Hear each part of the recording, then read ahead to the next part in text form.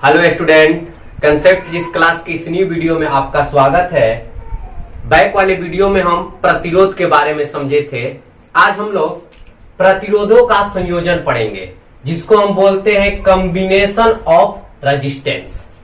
जैसे हम लोग बैक वाले वीडियो में धारिताओं का संयोजन पढ़े थे, संधारित्रों का संयोजन पढ़े थे, उसी तरह प्रतिरोधों का संयोजन होता है। तो आइए इसको हम समझते हैं। सबसे पहले देखिए, प्रतिरोधों का जो संयोजन होता है, इसको समझाने से पहले मैं बैक वाले वीडियो में जाता हूं। जिस प्रकार हम संधारित्रों का संयोजन पढ़े थे, उसी तरह प्रतिरोधों का संयोजन भी होता है, लेकिन बट अंतर इतना होता है कि उसका जो श्रेणी क्रम का जो फॉर्मूला आया था, इसमें समानांतर में आ जाता है, और उसका जो समानांतर में था उसमें इसमें किसमें आ जाता है, श्रेणी में आ जाता है। और वहां धारिता का उपयोग किया गया था और यहां रेजिस्टेंस का उपयोग किया जाएगा। बस इतना ही है। अब ध्यान समझिएगा, प्रतिरोधों का संयोजन से आप क्या समझते हैं। तो प्रतिरोधों का संयोजन का डिफिनेशन कहता है कि जब कई प्रतिरोधों को लेकर, ध्यान समझिएगा, जब कई प्रतिरोधों को लेकर इस प्रकार से जोड़ा जाता है कि या तो उससे अधिकतम प्रतिरोध प्राप्त कर ले हम, या तो उससे हम न्यूनतम प्रतिरोध प्राप्त कर ले, तो इसे हम क्या बोलते हैं, प्रतिरोधों का संयोजन कहा जाता है। और प्रतिरोधों का संयोजन दो प्रकार से की जाती है। एक को बोलते हैं श्रेणी क्रम संयोजन, सीरीज कॉम्बिनेशन, और दूसरा को बोलते हैं समानांतर क्रम संयोजन यानी पैरेलल कॉम्बिनेशन। आई होप आपको समझ में आ रही होगी। तो सबसे पहले हम प्रतिरोधों का संयोजन की एक छोटी सी डिफिनेशन है, उसको लिख लेते हैं, उसके बाद हम दोनों क्रमों को समझेंगे। तो आइए, प्रतिरोधों का संयोजन का डिफिनेशन कहता है, समझेंगे। देखिए, जब कई प्रतिरोधों को लेकर इस प्रकार से हमें जोड़ना है कि उससे अधिकतम या न्यूनतम प्रतिरोध क्या हो, प्राप्त हो, उसे प्रतिरोधों का संयोजन कहा जाता है। अब यहां से लिखते हैं, प्रतिरोधों का संयोजन कितने प्रकार से की जाती है, दो प्रकार से की जाती है। अब देखिए, यहां से आप विस्तार से समझेंगे। पहला होता है श्रेणी क्रम, जिसको हम बोलते हैं सीरीज कॉम्बिनेशन।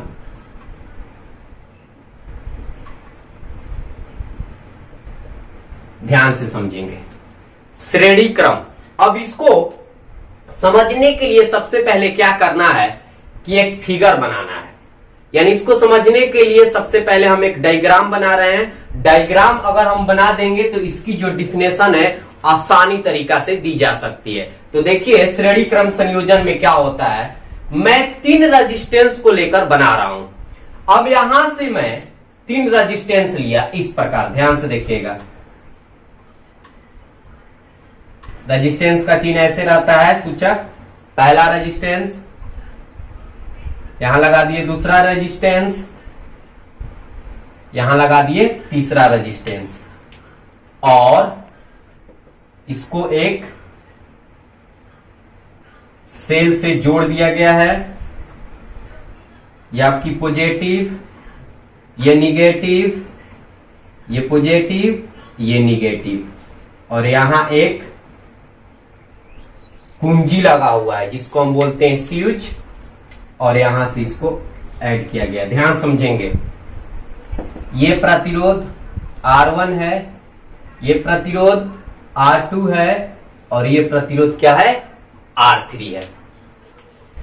श्रेणी क्रम संयोजन में क्या होता है कि जब कई प्रतिरोधों को लेकर, ध्यान समझिएगा, इस डायग्राम को देखिएगा, जब कई प्रतिरोधों को लेकर इस प्रकार से जोड़ा जाए कि पहला प्रतिरोध का अंतिम छोर, यहां देखिए, पहला प्रतिरोध का अंतिम छोर दूसरा प्रतिरोध के पहला छोर से, दूसरा प्रतिरोध के अंतिम छोर तीसरा प्रतिरोध के पहला छोर से, इसी तरह अगर चौथा रेजिस्टेंस लगा रहेगा तो तीसरा का अंतिम, चौथा का पहला, इसी तरह पांचवा रेजिस्टेंस लगा रहेगा तो पांचवा का पहला और चौथा का अंतिम। इस प्रकार जब जुड़े रहते हैं रेजिस्टेंस, तो उसे हम बोलते हैं श्रेणी क्रम संयोजन, सीरीज कॉम्बिनेशन। बात समझ में आ गई? पुनः समझ लीजिए, जब कई प्रतिरोधों को लेकर इस प्रकार से जोड़ा जाए कि पहला प्रतिरोध के अंतिम छोर को दूसरा प्रतिरोध के पहले छोर से, दूसरा प्रतिरोध के अंतिम छोर को तीसरा प्रतिरोध के पहले छोर से, इस प्रकार और आगे जोड़ने की प्रक्रिया प्रतिरोधों का श्रेणी क्रम संयोजन कहलाता है। अब यहां से इस फिगर में और विस्तार से समझिएगा। जब भी हम प्रतिरोधों का संयोजन करेंगे और प्रतिरोधों का संयोजन जब भी हम श्रेणी क्रम में करेंगे तो वहां जो धारा होती है सभी प्रतिरोध के लिए समान होता है। यानी R1 के लिए भी धारा का मान उतना ही होगा, R2 के लिए भी धारा का मान उतना ही होगा और R3 के लिए भी धारा का मान उतना ही होगा। यानी श्रेणी क्रम संयोजन में धारा का मान नहीं बदलता है, लेकिन विभवांतर की जो मान है वो क्या होती है, बदलती है। अब इसको याद कैसे रखा जाएगा, तो आपको एक ही बात याद रखना है कि जब दिशा एक ही तरफ हो, जब दिशा एक ही तरफ हो तो वहां धारा नहीं बदलेगी, जब दिशा अलग अलग आ जाएगा तो वहां धारा बदलेगी तथा विभव अचर रहेगा, और जब दिशा एक ही तरफ रहेगा तो वहां धारा नहीं बदलेगा, विभव बदलेगा। क्योंकि देखिए यहां जो R1 है इसका पॉइंट अलग रहेगी, जो R2 है इसका पॉइंट अलग है, R3 है इसका पॉइंट अलग है। जैसे यहां से करंट जा रही है, ये I एम्पियर का, ये I एम्पियर हो गया, ये I हो गया। अब यहां से ध्यान से देखिएगा, इधर भी फ्लो हो रहा है आपका, धारा का मान सभी जगहों पर समान होगा। इसमें श्रेणी क्रम में धारा का मान नहीं बदलता है। अब यहां से देखिए, यहां में एक पॉइंट मान लिया A, यहां में एक पॉइंट मान लिया B, यहां आपका C, यहां आपका D। तो देखिए R1 जो है A और B के बीच में जुड़ा हुआ है, दो पॉइंट, R2 B और C। देखिए इसका पॉइंट अलग अलग आ रहा है, और R3 C और D। तो मैं मान लिया कि इसका जो विभव है, इसका जो विभव है वो V1 है, यहां से यहां तक जो विभव है वो V2 है, और यहां से यहां तक जो विभव है वो V3 है, और जो ये सेल लगा है इसका विभव V वोल्ट है। तो अब थोड़ा सा यहां ध्यान दीजिएगा, जो ये सेल लगा है इसका विभव कितना वोल्ट है, V वोल्ट है। यानी V वोल्ट जो है V1 V2 V3 में क्या हो गया, बदल गया। यानी इसको जोड़िएगा तो V1 plus V2 plus V3 मिलकर क्या बनेगा, V बनेगा। आई होप आपको समझ में आ रही है। और इसमें पॉइंट अलग अलग है, जब पॉइंट अलग अलग हो तो वहां विभव का मान बदलेगा, इस बात को ध्यान दीजिएगा। और जब धारा एक ही दिशा में जाए तो धारा का मान नहीं बदलेगा, यानी सभी प्रतिरोध के लिए धारा का मान उतना ही होगी श्रेणी क्रम में। लेकिन जब हम समानांतर क्रम में जाएंगे तो इसका अपोजिट हो जाएगा, उसमें धारा का मान बदलता है और विभव का मान क्या होता है, अचर आता है। क्योंकि विभव अचर होने का कारण यह है, आपको समझ में आ रही होगी कि विभव अचर वहां इसलिए होगा कि वहां पॉइंट एक ही होगी और धारा वहां बदल रहा है। इसका कहने का मतलब दिशा क्या होगी, अलग अलग होगी। आई होप आपको समझ में आ रहा है। तब आगे बढ़ते हैं। देखिए अब यहां से V1 हो गया, V2 हो गया, V3 हो गया, सबको जोड़ेंगे तो V के बराबर होगा। इसके लिए हम एक तुल्य परिपथ का निर्माण करते हैं। तुल्य परिपथ कैसे बनाते हैं, ध्यान से देखिएगा। तुल्य परिपथ, तुल्य परिपथ कहने का अर्थ है कि R1 R2 R3 मिलाकर अब एक रेजिस्टेंस बनाएंगे। यानी R1 R2 R3 मिलकर क्या बन गया, एक रेजिस्टेंस बन गया, प्लस माइनस, ये आपका कुंजी हो गई। ध्यान से देखिएगा, तो ये आपका R हो जाएगा। अब यहां डायरेक्ट A से स्टार्ट होकर कहां तक जाएगा, D तक। अब तीनों के मिलाकर बन गया तो A से कहां तक, D तक। बात समझ रहे हैं। और इस बैटरी का विभव V वोल्ट है, तो अब इसका विभव V1 V2 V3 नहीं होगा, अब टोटल का विभव एक ही रेजिस्टेंस ले रहा है, तो इसका विभव कितना हो जाएगी, V वोल्ट हो जाएगा। और इसको हम लिखेंगे R तुल्य, यानी तीनों के मिलाकर, बात समझिएगा, जिसका नाम हो जाएगा आपका, ये आपका तुल्य परिपथ है। बात समझ में आ गई? तो अब इसका हम क्या करेंगे, फार्मूला निकालेंगे। तो आई होप इतनी बातों जो है आप स्क्रीनशॉट कर लीजिए, इसके बाद हम डिफिनेशन देंगे और उसके बाद इसको प्रूव करेंगे। अब यहां से देखिए, अब यहां से इसका हम डिफिनेशन देखते हैं।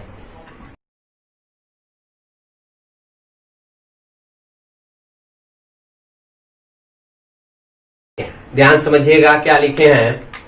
जब कई प्रतिरोधों को लेकर इस प्रकार से जोड़ा जाए कि पहले प्रतिरोध के अंतिम छोर को दूसरे प्रतिरोध के पहले छोर से तथा दूसरे प्रतिरोध के अंतिम छोर को तीसरे प्रतिरोध के पहले छोर से, इस प्रकार आगे जोड़ने की प्रक्रिया श्रेणी क्रम संयोजन कहलाती है, जो आपको डायग्राम में दिखाया गया है।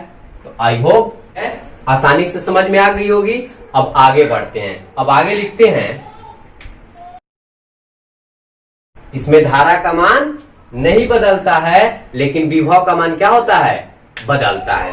तो आइए अब इसको प्रूव करते हैं। ध्यान से देखिएगा, अब इसको कैसे हम प्रूव करेंगे। अब यहां से देखिए, फिगर को देखते रहिएगा। अब यहां से हम लिखते हैं, माना कि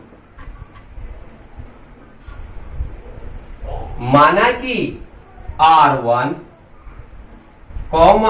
R2 तथा R3, ये भी वोल्ट है, ऊपर लिख देते हैं। माना कि R1, R2 तथा R3 तीन प्रतिरोध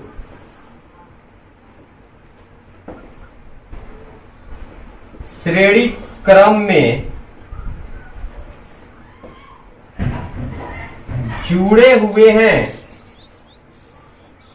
माना कि R1, R2, R3 तीन प्रतिरोध श्रेणी क्रम में जुड़े हुए हैं, जिनका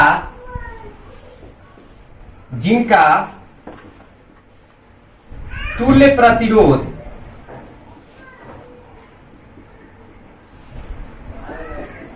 R तुल्य है। जिनका तुल्य प्रतिरोध क्या है, R तुल्य है। जिनका तुल्य प्रतिरोध R तुल्य है। बात समझ में आया? तो अब देखिए इसमें क्या होता है, इसको फॉर्मूला प्राप्त करने का एक रूल क्या है कि सबसे पहले इसमें देखेंगे किसका मान बदलता है। तो इसमें हम देख रहे हैं कि विभव का मान बदलता है, तो जिसका मान बदलेगा उसी का मान निकालेंगे सभी प्रतिरोध के लिए। तब यहां से ध्यान से देखिएगा, अब यहां से आगे बढ़ रहे हैं। देखिए, अब जिसका मान बदल रहा है उसका हम सभी प्रतिरोध के लिए क्या करेंगे, मान को निकालेंगे। तो सबसे पहले चल रहे हैं R1 के लिए। R1 के लिए यानी पहला प्रतिरोध के लिए किसका मान बदल रहा है, विभव का। तो हमारे पास V बराबर सूत्र होता है, ध्यान समझिएगा, ओम के नियम में पढ़े हैं, V बराबर IR। अब विभव ही बदल रहा है, तो R1 के लिए विभव कितना है, तो V1 है। तो यहां से लिखेंगे V1, आप बराबर धारा का मान तो बदल नहीं रहा है, तो I यहां क्या लिख देंगे, R1 रेजिस्टेंस के लिए। बात समझ रहे हैं? इक्वेशन नंबर इसको मान लेंगे फर्स्ट। इसी तरह लिखेंगे R2 के लिए, बहुत सिंपल है, ध्यान से देखिएगा। R2 के लिए तो यहां निकालेंगे V2। देखिए R2 के लिए V2 बराबर कितना, IR2। धारा तो बदलना ही नहीं है, इक्वेशन नंबर सेकेंड। इसी तरह हम निकालेंगे R3 के लिए, तो R3 के लिए आपका सूत्र हो जाएगा V3 IR3, equation number third. अब यहां से चलेंगे तुल्य परिपथ में, ध्यान से समझिएगा। तुल्य परिपथ में यानी तीनों के मिलाकर जो बनाए हैं, तो उसमें आपका विभव भी होगा और यहां से आपकी धारा I और तीनों के मिला के रेजिस्टेंस को हम क्या लिखेंगे, R तुल्य। बात समझ रहे हैं? अब यहां से चलेंगे इक्वेशन नंबर, इसको क्या मान लेते हैं 4।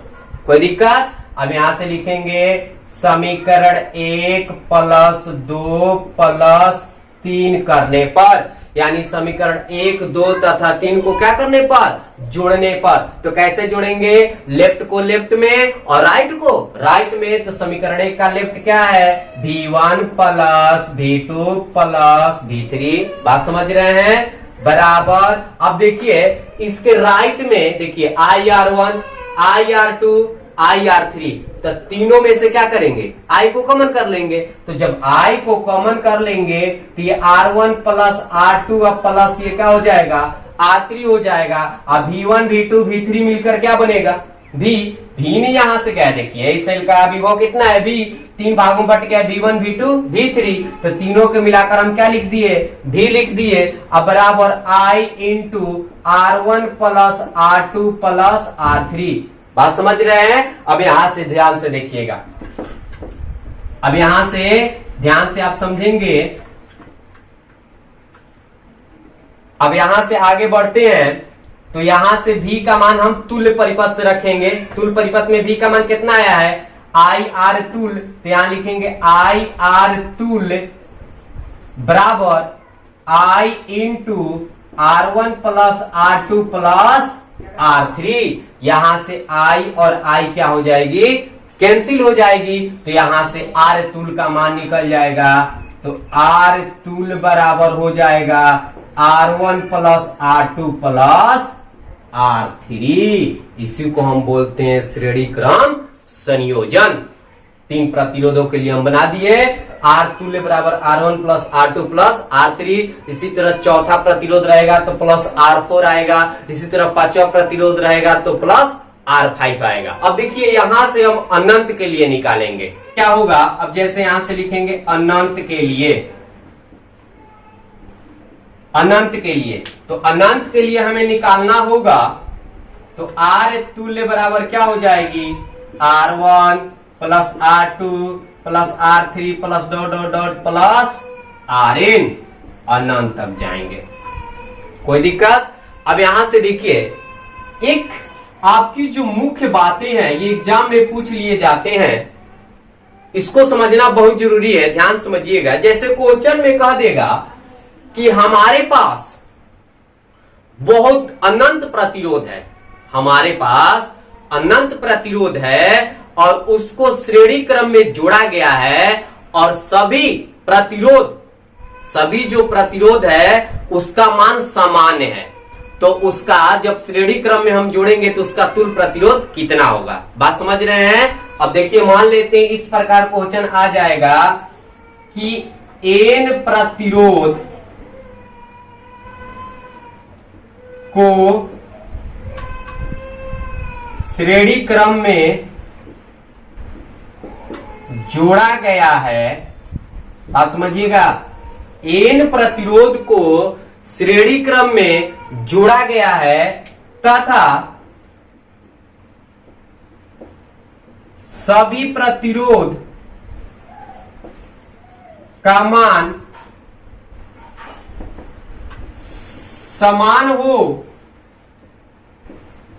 तो अब यहां से ध्यान समझेंगे। क्वेश्चन क्या कह रहा है कि n प्रतिरोध को श्रेणी क्रम में जोड़ा गया है तथा सभी प्रतिरोध का मान क्या हो, समान हो, तो तुल्य प्रतिरोध का मान कितना होगा। यानी जब वहां हमें R तुल्य निकालना होगा तो सूत्र क्या होगी, R1 plus R2 plus R3 plus dot dot dot plus Rn। यहां बात को समझिएगा। और सभी जो ये R1 आपका प्रतिरोध दिखाई दे रहे हैं, ये R2 आपको प्रतिरोध दिखाई दे रहे हैं, R3, सभी प्रतिरोध का मान क्या है, समान है। तो मैं मान लिया कि सभी प्रतिरोध का मान जब R रहेगा तो R तुल्य की जो मान है वो कितने के बराबर आ जाएगी, NR के बराबर आ जाएगी। बात समझ रहे हैं। देखिए जैसे मान लेते हैं कि R1 का मान 1 है, इसी तरह R2 का मान, यहां समझिएगा, समझा रहे हैं, 1 है, इसी तरह R3 का मान 1 है। तो जब हम 3 प्रतिरोध लिए तो इसको हल कीजिएगा तो कितना आ जाएगा, 3 आ जाएगा।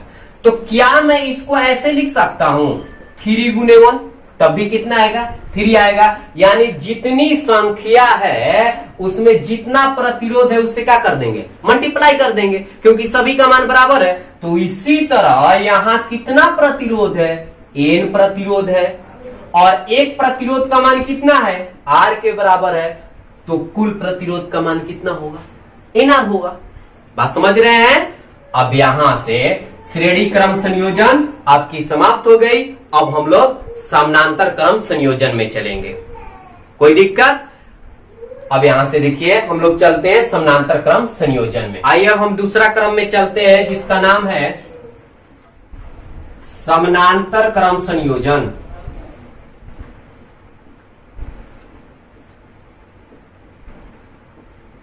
जिसको हम बोलते हैं पैरेलल कॉम्बिनेशन। समानांतर क्रम संयोजन का डेफिनेशन क्या कहता है कि जब कई प्रतिरोधों को लेकर इस प्रकार से जोड़ा जाए कि सभी प्रतिरोध के एक छोर को अलग एक बिंदु पर तथा दूसरे छोर को अलग दूसरे बिंदु पर, तो इस प्रकार आगे जोड़ने की प्रक्रिया क्या कहलाएगी? प्रतिरोधों का समानांतर क्रम संयोजन कहलाता है। और इसमें क्या होगा कि इसमें धारा का मान बदलेगा, विभव का मान अचर रहेगी, क्योंकि यहां दिशा चेंज होगा और यहाँ पॉइंट एक ही रहेंगे। उसमें दिशा चेंज नहीं हो रहा था, किसमें? श्रेणी क्रम में। इसलिए सभी प्रतिरोध के लिए धारा का मान समान था। यह भी एग्जाम में पूछ लिए जाते हैं कि समानांतर क्रम संयोजन में किसका मान बदलता है? तो धारा का मान बदलता है, विभव का मान अचर आता है। इस बात को याद रखिएगा। श्रेणी क्रम संयोजन में धारा का मान अचर आता है और विभव का मान क्या होता है? बदलता है। तो आइए इसका हम डिफिनेशन लिख लेते हैं। अब यहां से समानांतर क्रम संयोजन का डिफिनेशन क्या कहता है?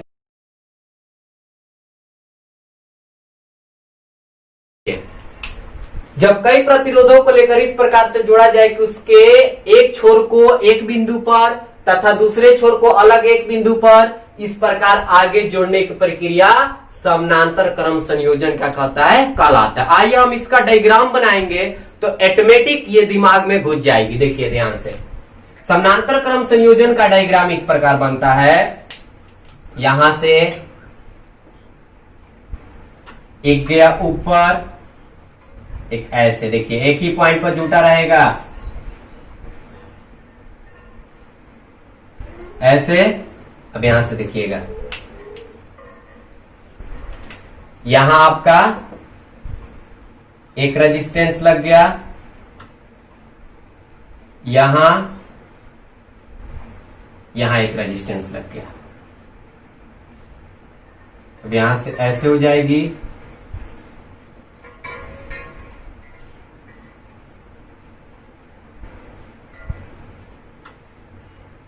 यहां से लग गया प्लस माइनस प्लस माइनस और यहां से ये ऐड हो गया। ध्यान समझे। देखिए डिफिनेशन पर ये जा रहा है कि नहीं? देखिए ये आपका R1 रेजिस्टेंस है, ये आपका R2 है, ये आपका R3 है। कई प्रतिरोध लिए हैं जिसका देखिए एक छोर एक बिंदु पर तथा दूसरा छोर एक बिंदु पर, लेकिन श्रेणी क्रम में क्या होता था? पॉइंट बदल रही थी। लेकिन यहां हम देख रहे हैं, ध्यान से समझिएगा, ये A हो गया, ये मान लेते हैं B हो गया। जब यहां से ये करंट गया फ्लो होकर तो वहां एक ही दिशा में जा रहा था, लेकिन यहां से यह तीन भागों में बट गया, तो इसीलिए यहां धारा क्या होती है? बदलती है, विभव का मान अचर आता है। तो देखिए जी ये ऊपर गया तो इसको मैं मान लिया I1, इसमें I2, इसमें I3, लेकिन तीनों का जो योगफल है वो I के क्या होगा? बराबर होगा। और इस पॉइंट पर जितना विभव है उतना ही विभव इस पॉइंट पर भी होगा, क्योंकि समानांतर क्रम में पॉइंट अलग अलग नहीं होते हैं, जिसके चलते आपकी विभव का मान नहीं बदलता है, और इसमें दिशा अलग होते हैं जिसके चलते धारा का मान बदलता है। तो यहां से एक लाइन और लिख लेते हैं कि इसमें धारा का मान, ये भी एग्जाम में पूछ लिए जाते हैं, इसमें धारा का मान बदलता है लेकिन विभव का मान नहीं बदलता है। इसमें धारा का मान क्या होता है? बदलता है, लेकिन विभव का मान नहीं बदलता है। अब यहां से ध्यान से देखिएगा। अब मैं मान लिया कि इस बैटरी का जो सेल है इसका विभव कितना है? 20 वोल्ट है। अब यहां से एक तुल्य परिपथ बना दिए, तो इसके लिए तुल्य परिपथ उसी तरह बनाएंगे, तीनों को मिलाकर एक, और यहां से हम जोड़ दिए। ये आपकी बैटरी होगी प्लस माइनस, और ये आपका हो जाएगा आर तुल, इसी का मुझे मान निकालना है। ये आपका ए हो गया, ये आपका बी हो गया, यहां से करंट आई अब यहां से बट नहीं रहा है तो आई ही आई जाएगा, यानी इस प्रतिरोध यानी तीनों के मिलाकर क्या हो गया आर तुल, और ये तीनों के मिलाकर करंट इसमें आई फ्लो हो रही है। बात समझ रहे हैं। अब इसमें हम पकड़ेंगे किसका मान बदलता है, जिस प्रकार हम श्रेणी में बनाए थे, जिसका मान बदलता है उसी का मान निकाले थे। तो इसमें निकालने के लिए हम किसका मान निकालेंगे, देखिए इसमें किसका मान बदल रहा है, धारा का मान बदल रहा है। तो हमें सभी रेजिस्टेंस के लिए क्या करना होगा, धारा निकालना होगा। तो देखिए इसको कैसे लिखेंगे कि माना कि लिखना चाहते हैं तो लिख सकते हैं, माना कि R1 R2 तथा R3 तीन प्रतिरोध समानांतर क्रम में जुड़े हुए हैं, जिनका तुल प्रतिरोध आर तुल्य है। इनका तुल प्रतिरोध क्या है, आर तुल्य है। तो R1 के लिए अब यहां से चलेंगे, तो R1 प्रतिरोध के लिए ध्यान से देखिएगा, R1 प्रतिरोध के लिए किसका मान बदल रहा है, इसमें धारा का मान, उसमें विभव का मान बदल रहा था, विभव निकाले थे, इसमें धारा बदल रहा है, धारा निकालेंगे। तो ओम के नियम से सूत्र क्या होता है, V बराबर आई आर, तो I बराबर क्या हो जाएगा, V बटा आर। तो यहाँ R1 प्रतिरोध के लिए हम निकालेंगे I1 बराबर, तो आपका विभव तो बदल नहीं रहा है तो V लिखेंगे, अब प्रतिरोध R1, इसको इक्वेशन नंबर फर्स्ट। कितना आसान है, अब यहां से लिखेंगे R2 प्रतिरोध, R2 प्रतिरोध के लिए तो कितना हो जाएगा, यहाँ I2 हो जाएगी, यहाँ V हो जाएगा, यहाँ R2 हो जाएगा, इक्वेशन नंबर सेकेंड। इसी तरह R3 प्रतिरोध के लिए, R3 प्रतिरोध के लिए कितना हो जाएगा, यहाँ I3 हो जाएगा, यहाँ V बटा R3 हो जाएगा, इक्वेशन नंबर थर्ड। कुछ नहीं सोचना है आपको, जिसका मान बदलेगा उसी का मान आपको निकालना है। इसमें धारा का मान बदल रहा था, धारा का मान निकाले, श्रेणी क्रम में विभव का मान बदल रहा था, विभव का मान निकाले। और हमें ये भी पता हो गया कि हम कैसे जानेंगे कि इसमें धारा बदलेगी, कैसे जानेंगे कि उसमें विभव बदलेगा। ये भी बात आपको समझ में आ गई कि जब दिशा एक ही हो तो धारा का मान बदलेगा नहीं, पॉइंट अलग अलग हो विभव का मान बदलेगा, पॉइंट एक ही हो विभव का मान नहीं बदलेगा, और दिशा अलग अलग हो धारा का मान बदलेगा। बात समझ रहे हैं। अब यहां से लिखेंगे, तुल्य परिपथ में जाएंगे, तुल्य परिपथ तीनों के मिलाकर I, और यहाँ भी या बाटा यहां लिखेंगे R तुल्य। बात समझ रहे हैं। इसको इक्वेशन नंबर क्या मान लेंगे, 4। अब यहां से लिखेंगे समीकरण 1 + 2 + 3 करने पर, यानी समीकरण 1, 2 तथा 3 को जोड़ने पर। तो देखिए इधर I1 I2 I3, तो यहां से लिखेंगे, बात समझ रहे हैं, I1 I2 I3, और इसमें हम देख रहे हैं कि सब में भी ऊपर लगा हुआ है तो V को डायरेक्ट कॉमन कर लेंगे, तो यहां बचेगा 1 बटा R1, 1 बटा R2, 1 बटा R3। बात समझ रहे हैं। सब में भी देखिए लगा हुआ है, V को क्या कर दिए, बाहर कर दिए। I1 + I2 + I3 मिलकर क्या बनेगा, देखिए यहां से I एम्पियर की धारा 3 भागों में बट गई, I1 I2 I3, तो तीनों को जोड़िएगा तो किसके बराबर आएगा, I के बराबर आएगा। तब यहां से लिखेंगे I बराबर V 1 बटा R1 + 1 बटा R2 + 1 बटा R3। कोई दिक्कत। और I का मान अब यहां से रखेंगे, तुल्य परिपथ से कितना आया है, V बाटा में R तुल्य बराबर V × 1 बटा R1 + 1 बटा R2 + 1 बटा R3। बात समझ रहे हैं। अब यहां से इस V से इस V को क्या कर देंगे, कटा देंगे, तो 1 बटा R तुल्य बराबर 1 बटा R1 + 1 बटा R2 + 1 बटा R3 आ गया। यही समानांतर क्रम संयोजन के लिए तुल्य प्रतिरोध का मान निकल गए। अगर आप मैच कीजिएगा संधारित्रों के साथ तो आप उल्टा पाइएगा। संधारित्रों में ये फार्मूला जो समानांतर क्रम में आया था वो कितना आया था, C1 + C2 + C3। लेकिन यहां आ रहा है 1/r1 plus 1/r2 plus 1/r3। अब निकालेंगे अनंत के लिए। अब ध्यान से देखिएगा, फेयर बनाना चाहते हैं तो आप वीडियो को रोक रोक कर फेयर बना सकते हैं, कोई दिक्कत नहीं। अब यहां से आगे बढ़ते, देखिए वीडियो को रोक रोक कर आप फेयर बना सकते हैं। अब आगे बढ़ते हैं अनंत के लिए। अनंत के लिए जब अनंत हमारे पास प्रतिरोध हो और वह समानांतर क्रम में जुड़ा हुआ हो तो आपका आर तुल्य का जो मान आएगा 1/r तुल्य, अब समझ रहे हैं आप, R1 R2 R3 plus dot dot dot plus 1/Rn। कोई दिक्कत? अब यहां से देखिए, जिस प्रकार श्रेणी क्रम में एक क्वेश्चन उठाए थे इसी तरह इसमें भी एक क्वेश्चन उठेगा। अब ये क्वेश्चन क्या है, अब ध्यान समझिएगा। जैसे एन प्रतिरोध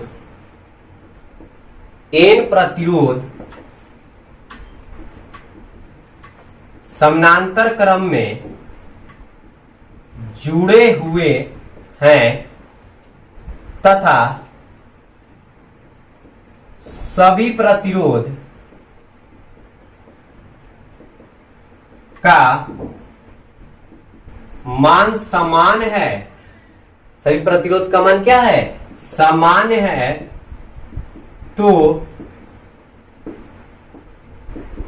तुल्य प्रतिरोध, अब यहां से ध्यान समझिएगा, कह रहा है क्वेश्चन कहेगा कि एन प्रतिरोध दिए हुए हैं, समानांतर क्रम में जुड़े हुए हैं और सभी प्रतिरोध का मान समान है, तो उस स्थिति में तुल्य प्रतिरोध का मान कितना होगा? तो हमारे पास सूत्र है 1/r तुल्य। ये बहुत मोस्ट वीवीआई क्वेश्चन है, एग्जाम में पूछे जाते हैं, ऑब्जेक्टिव में ध्यान से समझिएगा। 1/r तुल्य यानी 1/r1 plus 1/r2 plus 1/r3 plus dot dot dot plus 1/Rn। जब इसको हल करेंगे तो 1/r तुल्य बराबर 1/ आपका, देखिए अब यहां से इसका आंसर कितना आएगा, ध्यान समझिएगा, मैं आपको समझा रहा हूं।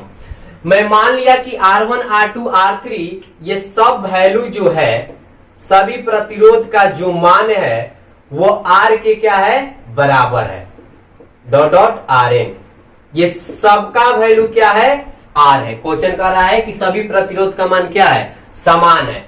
अगर हम इसको समानांतर क्रम में जोड़ रहे हैं तो तुल्य प्रतिरोध का मान कितना होगा? तो ध्यान से समझिएगा। जैसे मैं R1 को मान लिया कि मेरे पास 1 ओम है, तो इसी तरह R2 भी 1 ओम होगा। तो जब एक एक ओम लेकर बना रहे थे, 1/1 प्लस 1/1 प्लस 1/1, चलिए 3 ओम लेकर बनाए, 3 प्रतिरोध लेकर बनाए, तीनों प्रतिरोध का मान 1/1 है और यहां आपकी तुल्य प्रतिरोध है R तुल्य। समझने का कोशिश कीजिएगा। तो इसका हम एलसीएम निकालेंगे तो 1 आएगा और ऊपर कितना आ जाएगी? 3 आ जाएगी, यानी 1/r तुल्य का जो मान है वो 3/1 आ जाएगा। कब? जब 3 प्रतिरोध लेकर बनाए हैं तब। तो ध्यान से देखिएगा, जब 3 लेकर आए हैं, 3 प्रतिरोध लिए हैं और तीनों प्रतिरोध का मान समान है, 1/1 है, तो यहाँ 3 आ रहा है। इसी तरह हम चौथा लेंगे तो यहाँ क्या आएगा? 4 आएगा। नीचे तो कोई बदलने वाला नहीं है, आप समझ रहे हैं, नीचे तो 1 ही आने वाला है इसका। इसी तरह 5 लेंगे तो यहाँ क्या होगा? 5/1 हो जाएगी। तो अब यही रूल मैं इस पर अपना रहा हूं, इस पर लगा रहा हूं। ध्यान से देखिएगा, सबका R R R, तो नीचे तो आपका R ही आने वाला है।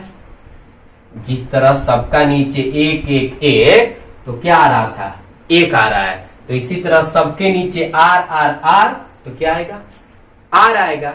अब यहां से देखिए 3 लिए थे तो 3 आया है और यहां मुझे कितना लेना है पता नहीं है। कितना लेना है?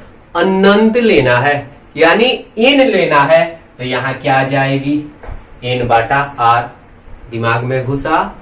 देखिए यहां 3 लिए थे तो 3 आया है, यहां अनंत लेंगे तो n आएगा।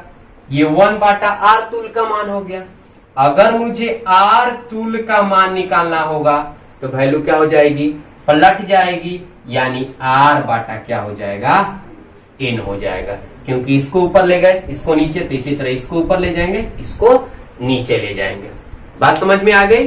अब यहां से देखिए एक और आता है कि अब कहेगा कि ऐसा केस आ जाएगी तो श्रेणी क्रम और समानांतर क्रम का अनुपात कितना होगा। तो अगर मुझे यहां से निकालना होगा श्रेणी क्रम अब बटा समानांतर क्रम, तो श्रेणी क्रम का सूत्र आया था कितना, एनआर आया था, बात समझ रहे हैं। और समानांतर क्रम का सूत्र हो गया आपका आर बटा एन। यहां से क्या हो जाएगी, ये आर क्या हो जाएगा, कैंसिल हो जाएगा। जब ऊपर लेकर ले जाएंगे इसको तो एन स्क्वायर, अब बटा में 1, जब इसका निकालेंगे तो एन स्क्वायर अनुपात 1 हो जाएगी। यानी एन प्रतिरोध को लेकर अगर हम श्रेणी क्रम में जोड़ते हैं, समानांतर क्रम में जोड़ते हैं और सभी प्रतिरोध का मान समान है, तो उसका अनुपात अगर पूछेगा तो आपका राइट आंसर मारिएगा एन स्क्वायर अनुपात 1। बात समझ में आ रहा है। समानांतर क्रम में डायरेक्ट कहेगा तो उसका आंसर आएगी आर बटा एन, और श्रेणी क्रम में कहेगा तो एन आर आएगा। आई होप प्रतिरोधों का संयोजन आपको अच्छे तरीका से समझ में आया होगा। अब इसका अगला क्वेश्चन नेक्स्ट वाले वीडियो में क्या करेंगे, अध्ययन करेंगे। और अभी तक चैनल को सब्सक्राइब नहीं किए हैं तो प्लीज सब्सक्राइब कर लें। अगर आपको वीडियो अच्छी लगी होगी तो कमेंट करें, और जहां अगर आपको दिक्कत बुझा रहा होगा तो हमारे कमेंट बॉक्स में जाकर कमेंट जरूर कीजिएगा। कोई दिक्कत